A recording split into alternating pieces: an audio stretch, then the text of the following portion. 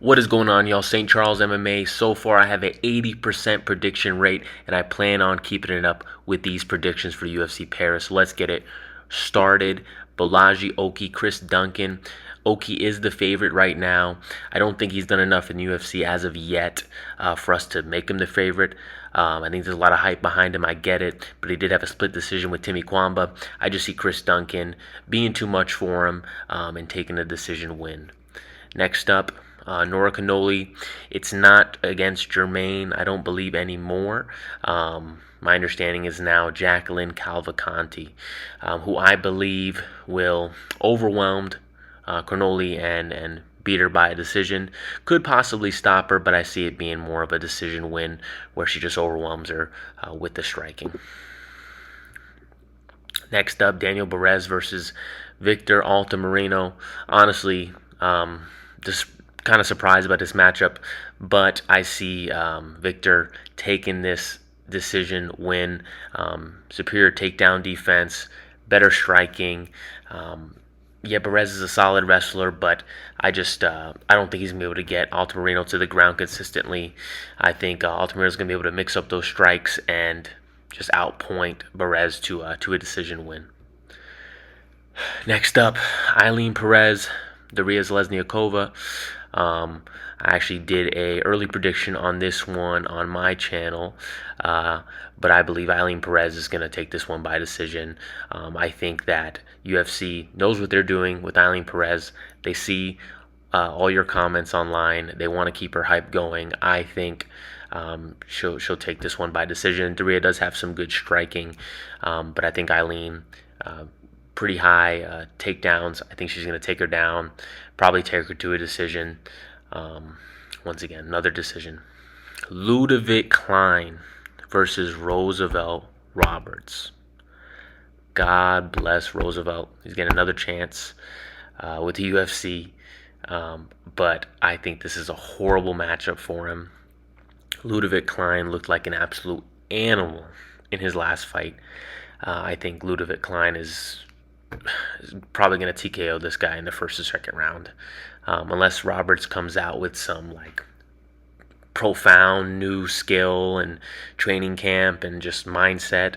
I don't see him winning. I think Ludovic Klein's going to just mop the floor with him. Honestly, if Roosevelt Roberts can have a good round or two, that'd be a beautiful thing for him, for his career. But I think Klein is going to mop the floor with this guy first or second round. Umar versus Daun Jung. Sai is the favorite for a reason. I see this guy just taking it by submission, probably. Maybe in the second, maybe third round. He has really good grappling, 3 takedowns per 15 minutes on average. Really good takedown defense. Daun Jung does have, I believe, 8 wins by knockout, if I'm not mistaken. 73%, yeah, probably about 8 wins by knockout. Umar Sai has been a bit more balanced, I guess you can say. There's a lot of hype behind this guy, and it's for a reason. He does have a good reach advantage as well. I see him taking the submission win, maybe in the later rounds. Next one, Ian Cutelaba versus Ivan Ersland. They don't even have his information. I know he's not a debut fighter, but he's kind of jumping up on short notice against Ian Cutelaba. Although, Ian hasn't had the greatest career, especially lately, I do think he's going to be able to knock this guy out. He has had lots of knockout wins. I know his chin is kind of suspect nowadays, but unless this guy Ivan comes out and goes crazy, I think that early pressure by Cutelaba is going to be too much, and he'll probably get him out of there within the first round. Okay, now on to the main card. Okay, we got Fareziam and Matt Frevola. Okay, this one, very interesting one. Obviously, it's a French card, right? So they're trying to set the French fighters up for success, not giving them easy fights, but setting them up for success.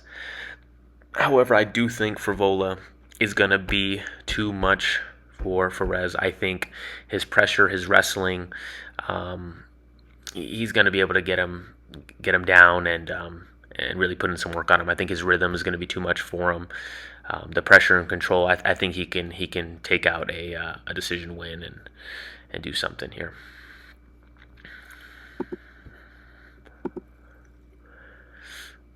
Next, we got Morgan Charrier and Gabriel Miranda.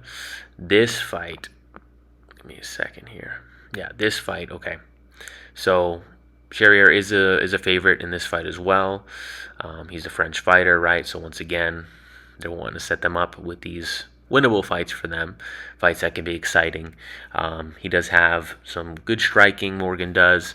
I do think he could possibly knock this guy out. Miranda has been hit a lot in his last few fights.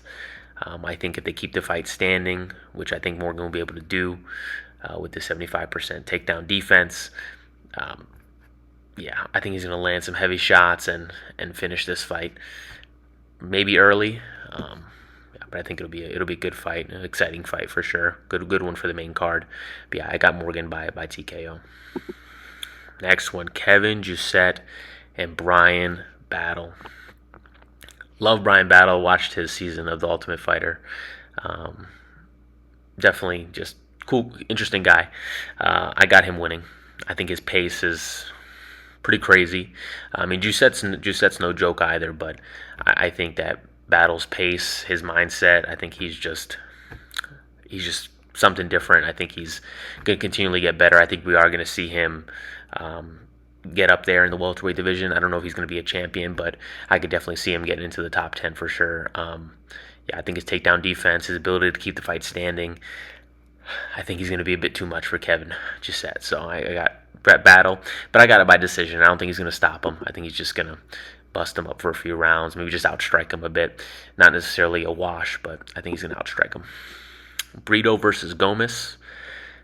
Come on, y'all know. Why do I even need to say it? I mean, Joe Anderson, Brito, this dude's an animal. He's a monster. TKO'd someone with a cut on the leg, which was obviously that was BS. But regardless, this dude really is something serious. So I think his style, his knockout power, his aggression, I think he's going to be too much for Gomez. Gomez is a lot taller, right? There's a 4-inch height advantage, but there's only an inch reach advantage, right? I don't think it's going to be super significant. Yeah, he has some leg reach, but Brito's real deal, okay? He's real deal. He's getting up there. He's going to be something special for sure. So I think he's going to beat Gomez. Gomez is great too, but yeah, I got Brito. I think he'll TKO him, honestly. I think he could TKO him. There's a reason he's the favorite. Imavov versus Allen. People joke around online like, yeah, Allen's going to be the next UFC champ. I don't see it.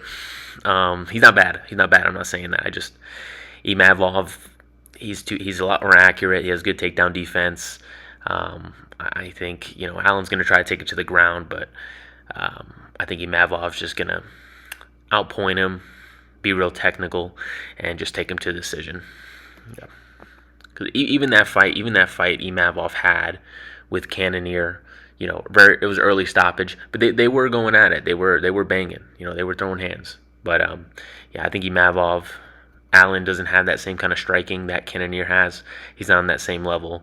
Imavov, I think, probably going to outpoint him, especially because the threat of the takedown's there. He'll probably outpoint him for a few rounds, but who knows? He might be able to stop him. But I see this being more of a point fight. Now, Benoit Saint Denis, Renato Moicano. Okay, so Benoit obviously lost that fight with Poirier. Nearly the whole world believes, right, that he had staph infection for that fight. Who knows? I don't know if that was ever made correct or true or whatever. But he looked really good in that first round against Poirier. Renato Moicano is coming off that win against Jalen Turner, but we all know he was nearly stopped in that first round. Turner just, he messed up. He made a big mistake, so he lost that fight. Moicano's great though. He's a good fighter. It's gonna be a good one, I think. I think it'll be closer than people think. The stats. Yeah, the stats, it's not a crazy difference, but the stats are definitely in Benoit's favor. I do think Benoit is going to win this one. He has that definitely has that age advantage. 7 years. He's younger. Renato, he's 35, 155. That's the decline. That's when the decline starts. So that's just a reality. And Benoit is a top level guy. So I think Benoit is going to be able to probably stop this guy, honestly. Renato, I know he's been subbed before, but it was by Bryan Ortega, so I'm not going to say it's by submission. And he's been stopped before, but it's really been by dudes who are strikers. Chan Sung Jung, Jose Aldo, right? Like dudes like that. So I think it'll probably be another decision. Benoit could possibly stop him. Who knows, right? But I think it'll probably be some sort of decision win by Benoit Saint Denis. We'll see. That's it. Those are my predictions. If you agree with my predictions, comment down below. If you disagree, comment down below. Let me know what your thoughts are. And once again, God bless.